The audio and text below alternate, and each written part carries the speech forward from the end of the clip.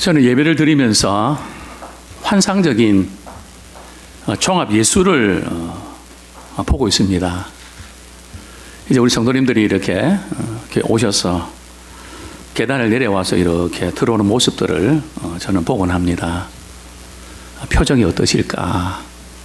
한 주 동안 어떻게 살아오셨을까? 때로는 어둡게 보이는 얼굴들, 때로는 슬픈 얼굴들, 때로는 멍한 표정들, 다양한 그 표정들을 가지고 이렇게 주일에 나와서 찬양을 드리고 또 기도를 드리고, 그러면서 우리의 얼굴이 표정이 바뀌어져 가는 그것을 저는 이제 좀 카메라 촬영을 잘한다면 어떻게 변하는지를 포착을 하고 싶습니다. 이렇게 앉아 계시기 때문에 모르지만 저는 여기서 보면 그 변하는 그 모습들이 마치 스크린처럼 말이죠. 참 놀랍다. 그래서 축도 다 끝나고 나갈 때 보면 딴 사람인 것 같습니다. 저는 오늘 이렇게 찬양 부르고 예배 드리면서 그런 마음을 자꾸 주십니다. 우리 성도님들 한 번 이렇게 뵙기에는 너무 아깝다. 왜냐하면 믿음의 사람들이 이렇게 모였을 때, 우리 예배 드릴 때에 많은 그 퍼즐들이 하나하나 맞추어져서 하나의 그림이 되어가는 신비로움을 발견합니다.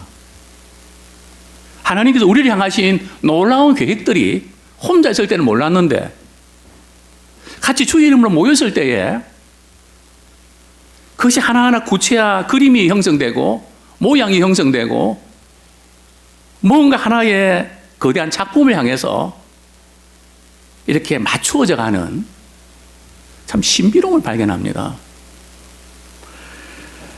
오늘 저는 말씀을 중심으로 당신은 믿음 안에서 살아가는가 하는 제목으로 함께 은혜를 나누기 원합니다.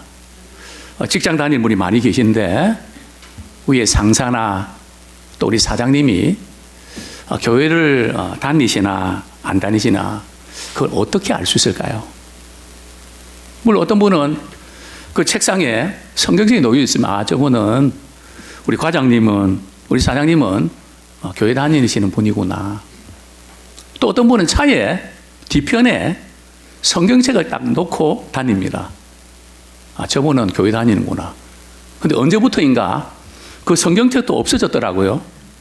근데 제일 이렇게 마음이 아픈 거는 성경책을 딱 놓아두고 차 번호도 안 남기고 이렇게 우리 거주지 주차구역에 주차하는 분들, 그분 나름대로 교회에다가 주차하면 잘 해주겠지 하지만 그래도 전화번호 남겨잖아요.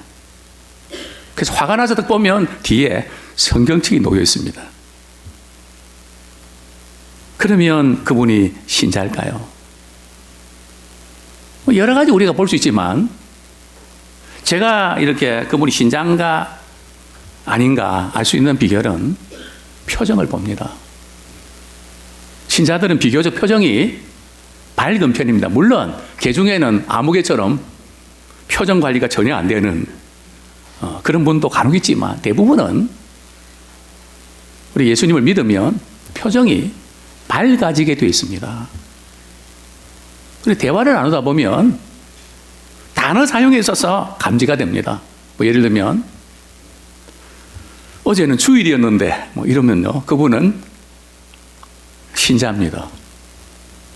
나누는 대화 속에서 봉사라는 단어가 많이 사용되고 다 은혜입니다. 참 감사하죠.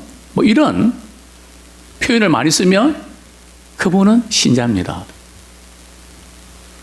무엇보다도 제일 정확히 알 수 있는 것은 하루 정도 또 함께 같이 있다 보면 그분의 태도가 어디를 향하고 있는지, 자기 중심적인지 아니면 그분이 뭔가 자기 말고 눈에 보이지 않는 어떤 분을 향해서 뭔가 살아가고 있는지 그 마인드를 보면 알 수 있습니다. 농협이나 마트나 또 관공서에 이렇게 가면 요즘 새로운 광경을 우리 목격합니다. 들어가면 발바닥 모양이 있습니다. 그래 발을 말이죠. 거기에 딱 갖다 대고 카메라를 이렇게 바라보면 누가 말을 하죠. 무슨 말을 합니까? 정상입니다. 정상입니다. 체온 감지기에서 몸의 이 체온이 정상이라는 뜻이죠. 저는 그것을 정상입니다 할 때 순간 그런 생각이 듭니다. 우리 예람교회 들어온 입구에 신앙 그 감지기를 놓았습니다. 발바닥을 딱 올려놓고 말이죠. 또 카메라를 이렇게 바라보면서 그 기기가 이렇게 이야기합니다. 당신의 신앙은 정상입니다. 당신의 신앙은 비정상입니다. 이렇게 만약에 그 기계 앞에 섰을 때, 아니 우리 주님 앞에 섰을 때 우리의 신앙은 정상일까요? 비정상일까요? 예, 사람마다 다를 겁니다. 당신은 정상입니다. 근데 어쨌든 제가 이렇게 마트나 관공서 갈 때 정상입니다 그러면 기분은 좋더라고요. 당연한 건데 과연 우리의 신앙은 정상인가?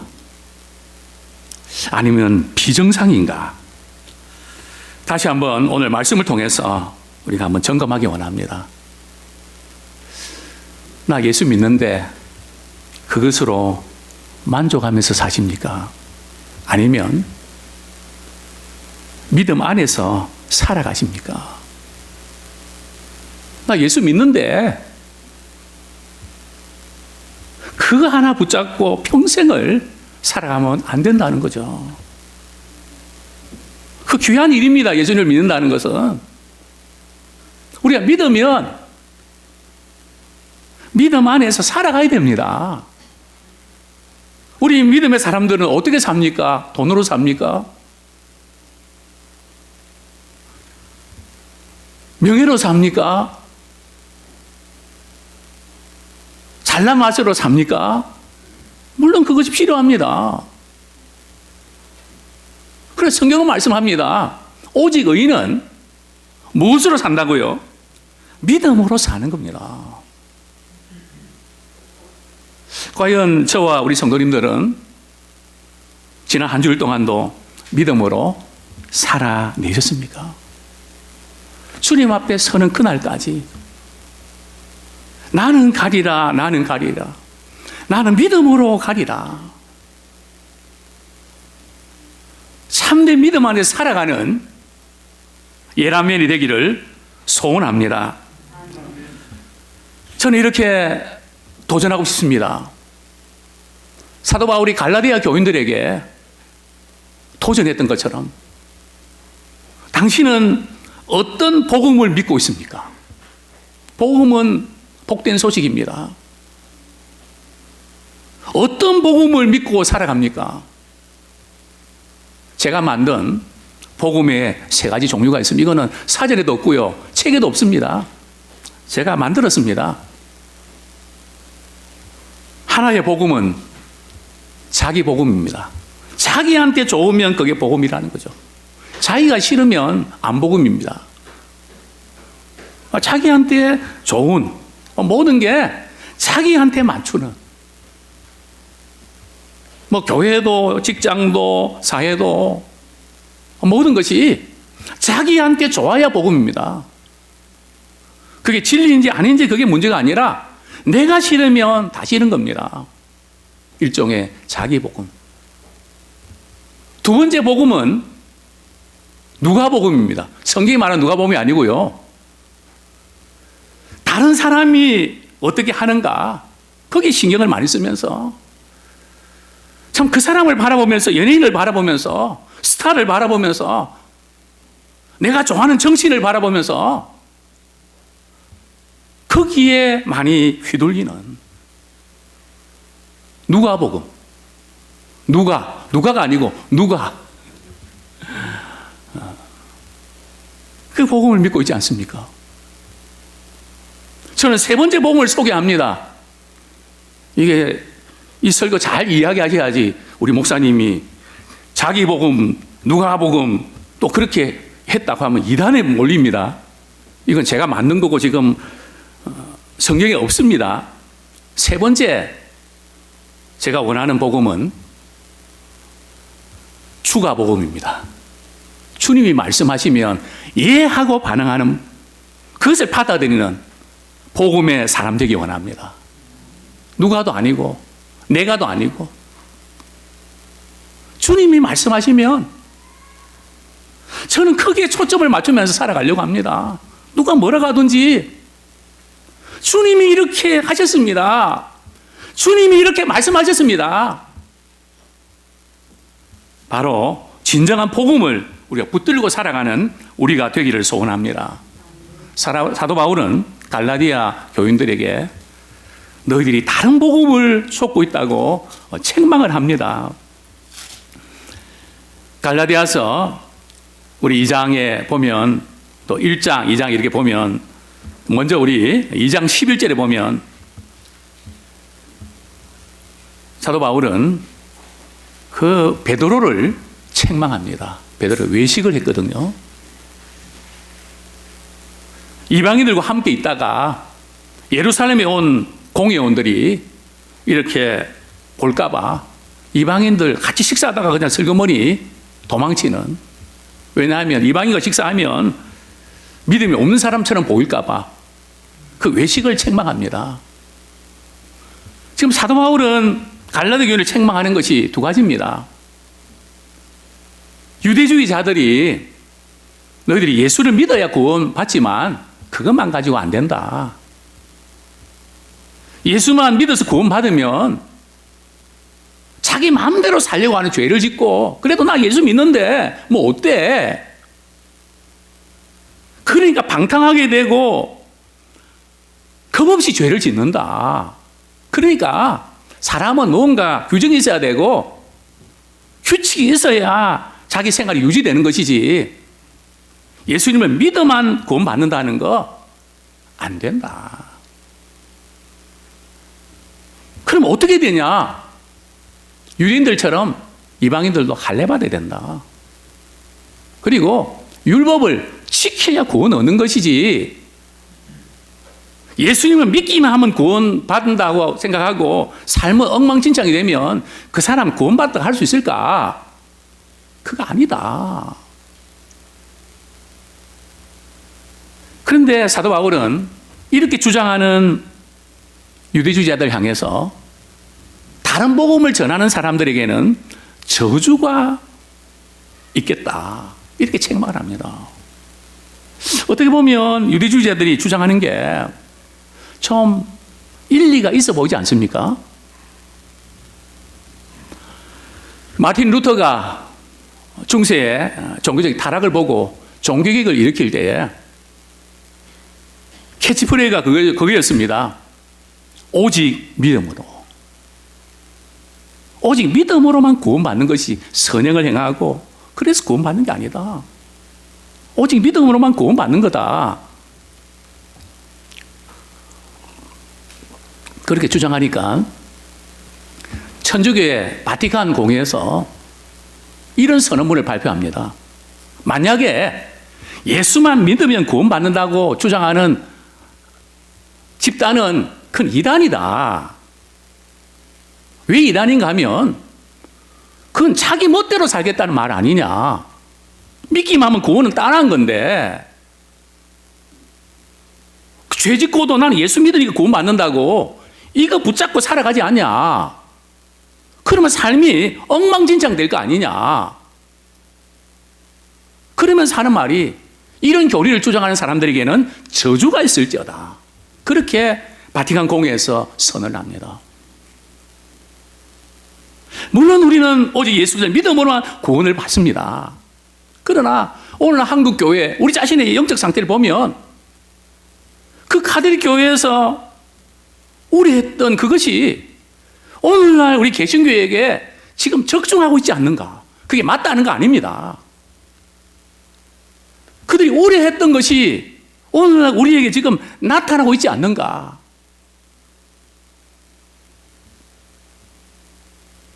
저는 이 부분을 조금 한번 생각이 원합니다.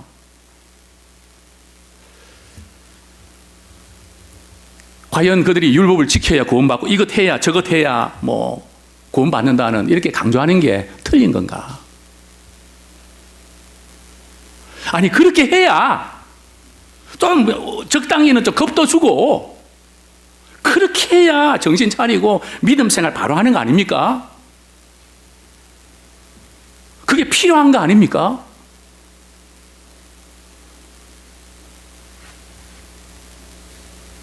그렇게 안 하면 예수님만 믿고 구원 받는다는데 구티가 그럴 필요조차를 못 느끼지 않습니까? 어떤 게 맞는 걸까요? 우리는 진지하게 고민해야 됩니다. 물론 뭐 기도 생활도 열심히 하고 봉사도 열심히 하고 그냥 매일 교회도 나와야 되고 막 그렇게 해서 우리 믿음 관리한다는 장점이 많이 있습니다. 이거 하지 아니하면 순종하지 않으면 구원받지 못하고 뭐 이것을 강조하면 우선 그게 부담이 되니까 어느 정도는 그렇게 하는 것이 내 자신의 신앙 컨트롤하는데 나 자신의 신앙을 지켜가는데 맞는 것 같습니다. 그런데 문제는 열심히 그렇게 하는 분들이 갖는 고민, 내가 어느 정도 기도하고 얼마나 말씀 보고 얼마나 이렇게 내 자신을 포기하고 이래야만 난 구원받을 수 있을까? 나중에는 지쳐버립니다. 언제까지? 어느 선까지? 어떻게 해야 되냐? 이런 문제에 부딪히게 됩니다. 주저앉아 버리죠. 에이 뭐 어차피 안 되는 거 그냥 살자. 그렇게 흘러갈 수 있단 말이죠. 사도 바울이 그 다음에 두 번째 문제, 믿음으로만 구원받는다 그러면서 죄를 쉽게 짓는 거, 그럴 가능성에 대해서 그러면 믿음으로만 구원받는다면 죄를 쉽게 짓는 거 아닙니까? 그 문제에 대해서 문제를 제시하면서 이렇게 대답을 합니다. 우리 16절 말씀, 17절 말씀, 좀 어려운 본문인데 제가 읽어드립니다. 사람이 의롭게 되는 것은 율법의 행위로 말미암음이 아니요 오직 예수 그리스도를 믿음으로 말미암는 줄 알므로 우리도 그리스도 예수를 믿나니 이는 우리가 율법의 행위로서가 아니고 그리스도를 믿음으로서만 의롭다함을 얻으려 함이라. 율법의 행위로서는 의롭다함을 얻을 육체가 없느니라.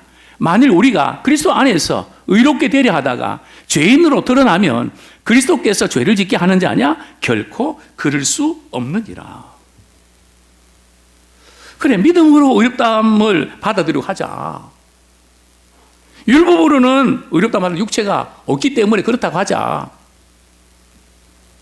예수 믿고 의로워졌다고 하면서 자꾸 죄를 짓는데, 그러면 예수님이 죄를 짓게 만드는 거냐? 나는 죄를 안 지으려고 했는데 예수님이 죄를 짓게 만드는 거냐? 사도 바울은 이렇게 고백합니다.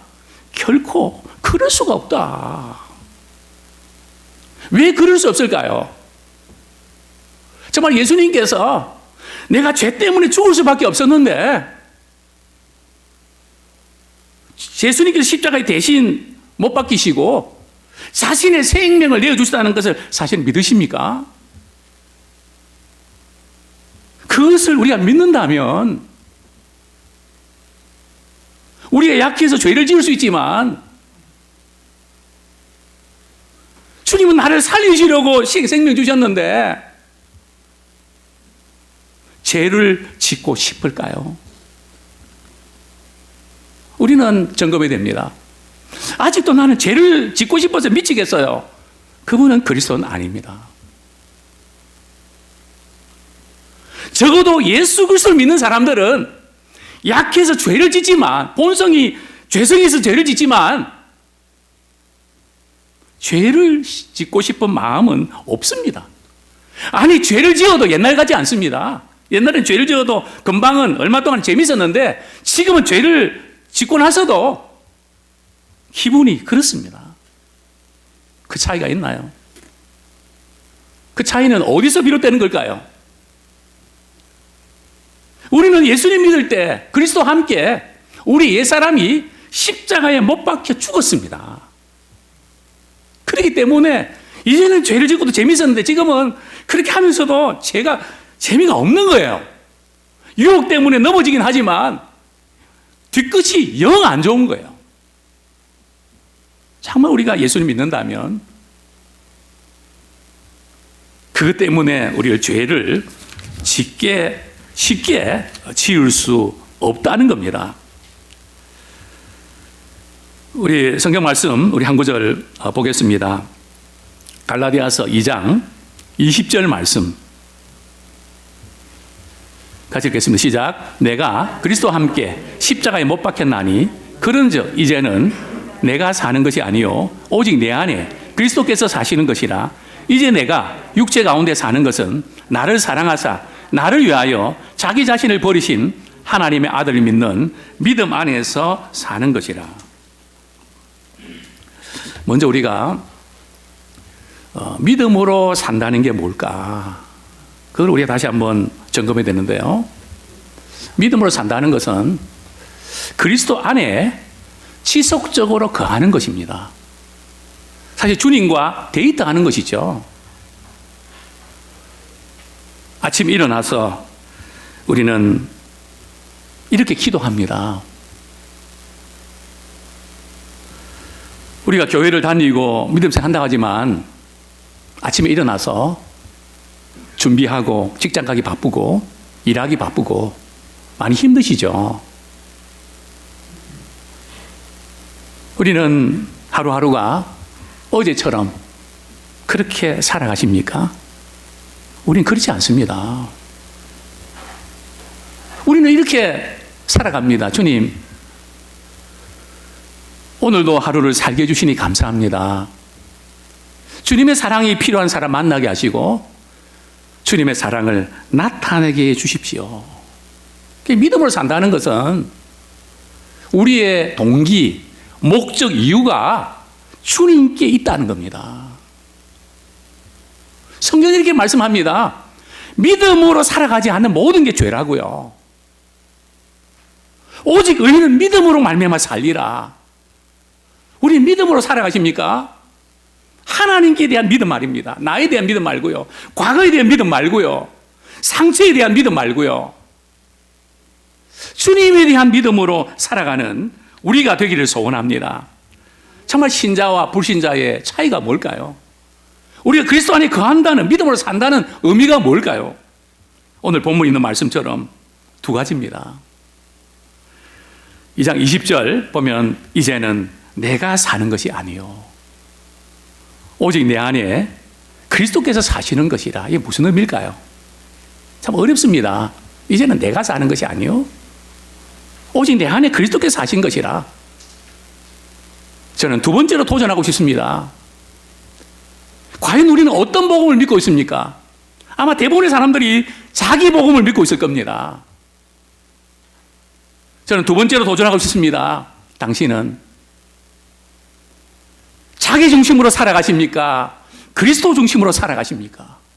오늘 본문에 보면 이제는 내가 사는 것이 아니요. 그 의미는 바로 이제는 나 중심으로 살아가는 데 지쳤다는 거예요. 내가 모든 것을 해결해야 되고 내가 모든 것을 책임져야 되고 넉다운이 됐다는 겁니다. 이제는 내가 사는 것이 아니요. 근데 우리는 믿는다고 하지만 내가 돈 벌어야 되고 내가 모든 거 해야 되고 누가 해줍니까? 내가 해야 되는 거 아닙니까? 내가 해야 되는 게 뭐 잘못된 겁니까? 누가 해줍니까? 부모가 해줍니까? 내가 해야죠. 우리 자신이 한다는 거, 우리 자신이 반응하고 최선 다해야죠. 그러나 성경이 강조하는 것은 예수 믿고 나서는 이제는 내가 사는 게 아니란 말이죠. 우리 신자가 실패하는 이유가 뭔가 하면 자꾸 내 중심으로 살려고 하기 때문에 그렇다는 거예요. 믿음은 따르고 돈 걱정하고 자녀 걱정하고 걱정거리 얼마나 많습니까? 물론 우리 걱정해야죠. 고민해야 되고 해결해야죠.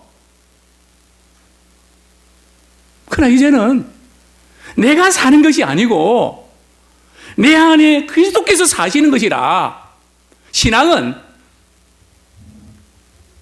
중심이 바뀌는 겁니다.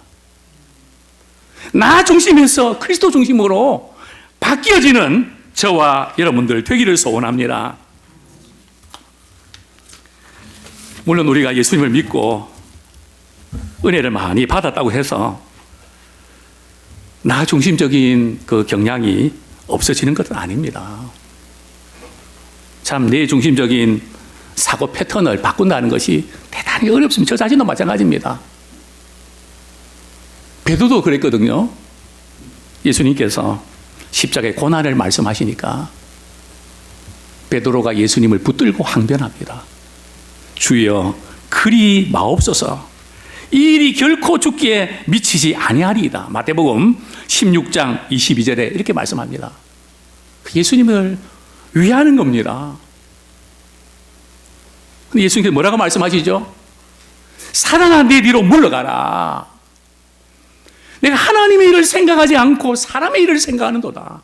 너는 나를 넘어뜨리려고 하고 있는 거야. 너는 나를 위한다고 하지만 나를 넘어뜨리고 있다고. 알기나 해?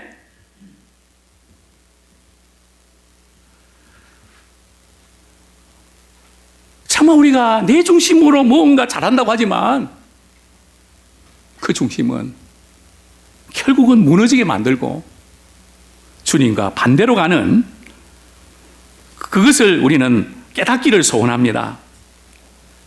자기중심적인. 그래서 주님 말씀하셨죠. 누구든지 나를 따르려거든 어떻게 하라고요? 자기를 부인하고. 신앙의 ABC가 뭔지 아십니까? 자기중심적인 거. 내가 원하는 대로 안 돼도 괜찮습니다. 주님이 원하시는 대로 되기를 원합니다. 정말 그래야 됩니다. 하나님, 아무리 그래도 내 중심으로 돼야지. 그게 안 되면 나는 받아들일 수 없습니다. 사람에게는 나의 원대로 되기를 원하는 마음이 있습니다. 주님도 그러셨던 것처럼 말입니다. 피하고 싶고 안 하고 싶고 그런 마음이 왜 없겠습니까? 그러나 주님이 원하시면 주님이 원하시는 대로 되기 원합니다. 정말 그리스도 중심으로 우리가 바뀌어지는 그런 저희들 되기 원합니다. 이전에 CCC에서 사형리 전도 예화가 생각이 납니다. 이 그림을 보십시오. 이 그림은 마음의 중심에 자기가 앉아 있습니다. 이 그림은 마음의 중심에 십자가 예수 그리스도 그분이 앉아 계십니다. 당신은 예수님을 믿지만 마음의 중심에 누가 앉아 있습니까? 나 자신입니까? 주님이십니까? 정말 우리의 마음의 중심에 이제 우리의 남은 생애가 주님이 우리 인생의 주인이 되길 원하십니다.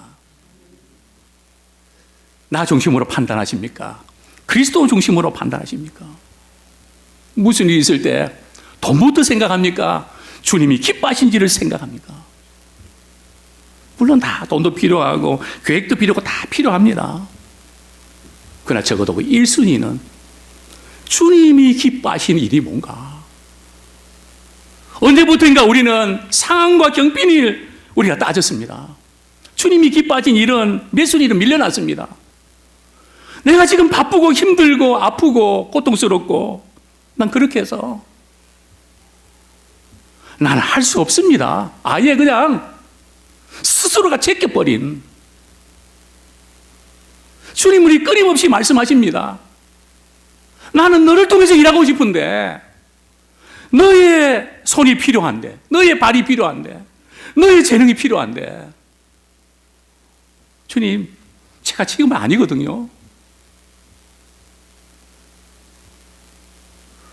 좀 뭔가 정리가 되고 그때 제가 하겠습니다. 그러나 주님은 아닙니다. 지금입니다. 이제 내일부터 우리가 특별 저녁 기도가 시작이 되는데요. 저는 이렇게 도전하고 싶습니다.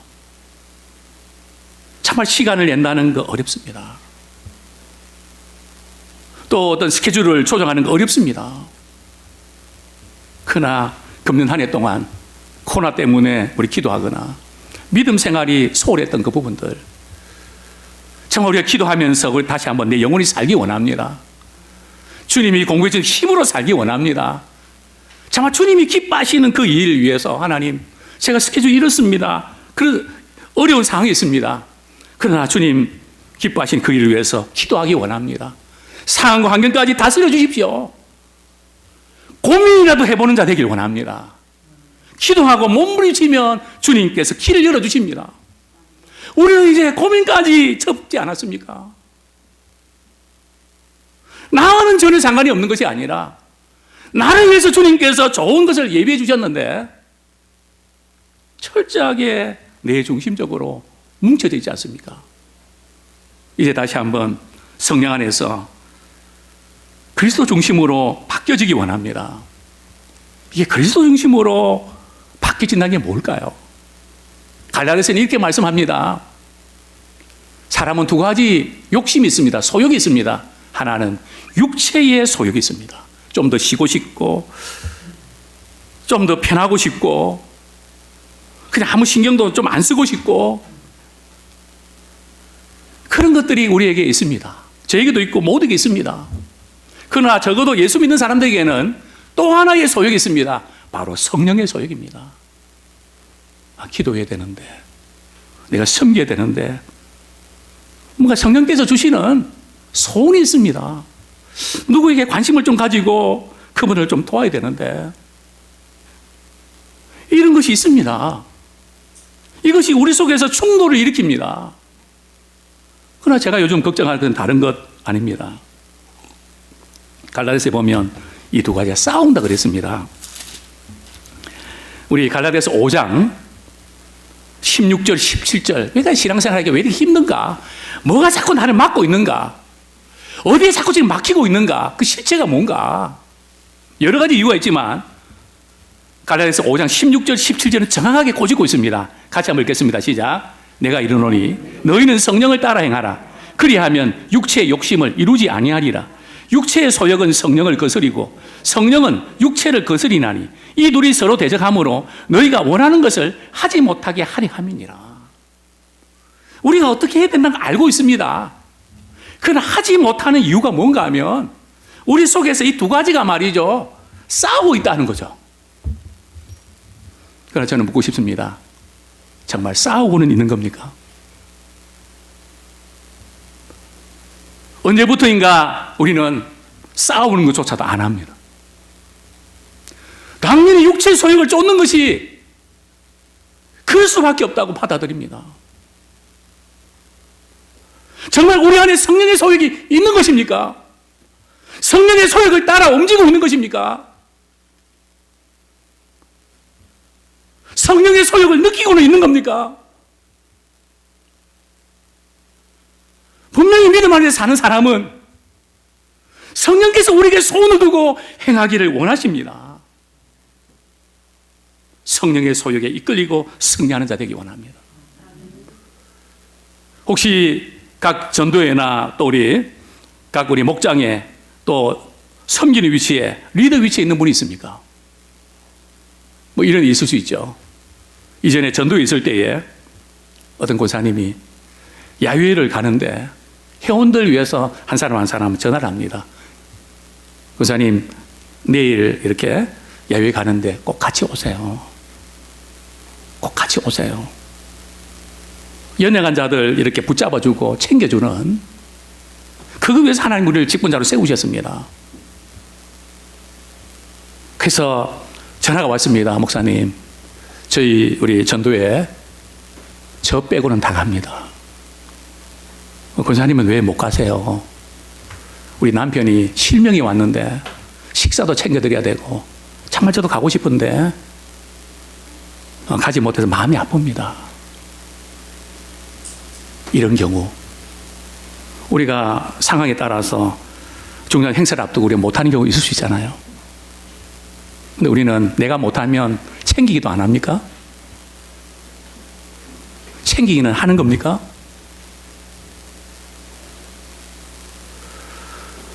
차마 우리에게는 주님이 기뻐하시는 게 뭘까? 내가 어떤 때는 우리 상황 때문에 못할 수 있거든요. 그러나 차마 주님이 기뻐하신 일을 하면 녹아지도록 우리가 쓰임받기 원합니다. 차마 우리가 주님을 기뻐하시는 일을 위해서 하고 싶은데 상황이나 건강이나 모든 것이 여의치 않아서 못하는 경우도 있습니다. 그러나 그때마다 주님, 제가 그 일을 꼭 해야 되는데 주님 할 수 있도록 도와주십시오. 저는 지금도 기억합니다.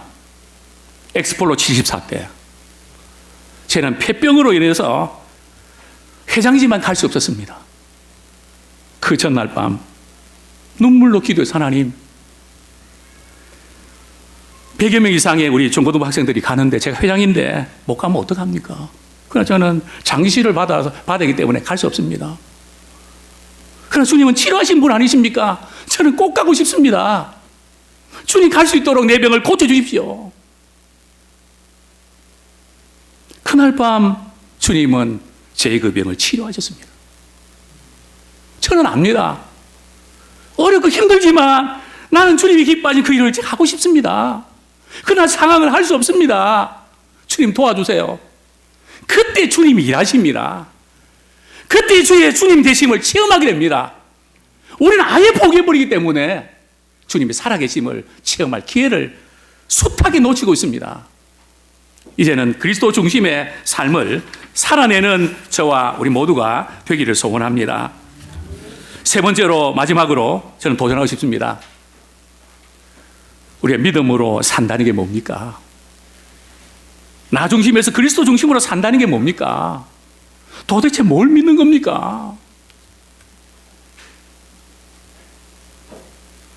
오늘 성경은 이렇게 말씀합니다. 갈라디아서 2장 20절 하반절.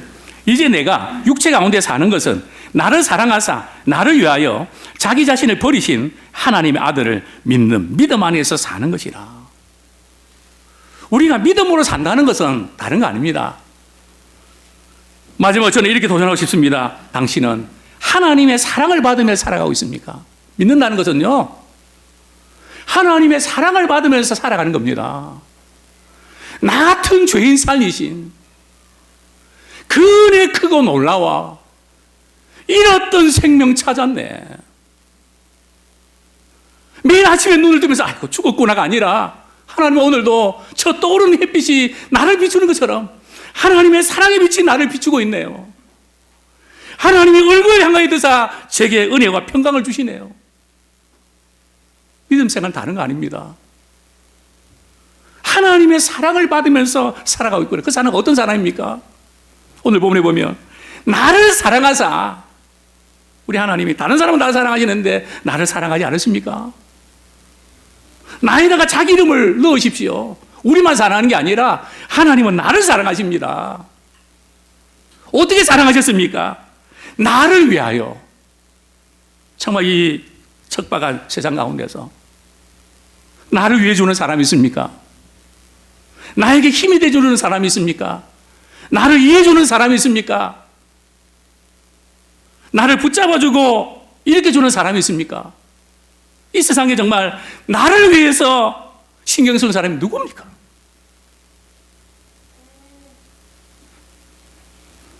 우리 하준이가 없다 그랬잖아요. 앞만 봐도 없다 그랬잖아요. 나를 위하여. 나를 위하여. 자기 자신을 버리신, 자기의 생명을 버리신, 독생자 예수 그리스도를 버리신 하나님이 누구의 죄 때문에 십자가에 예수 그리스도께서 십자가에 못 박으셨을까요? 누가 예수님을 십자가에 못 박았나요? 로마 군병이 십자가에 못 박았나요? 내가 못 박았나요? 성경은 말씀합니다. 하나님께서 못 박으셨습니다. 누구를 위해서요?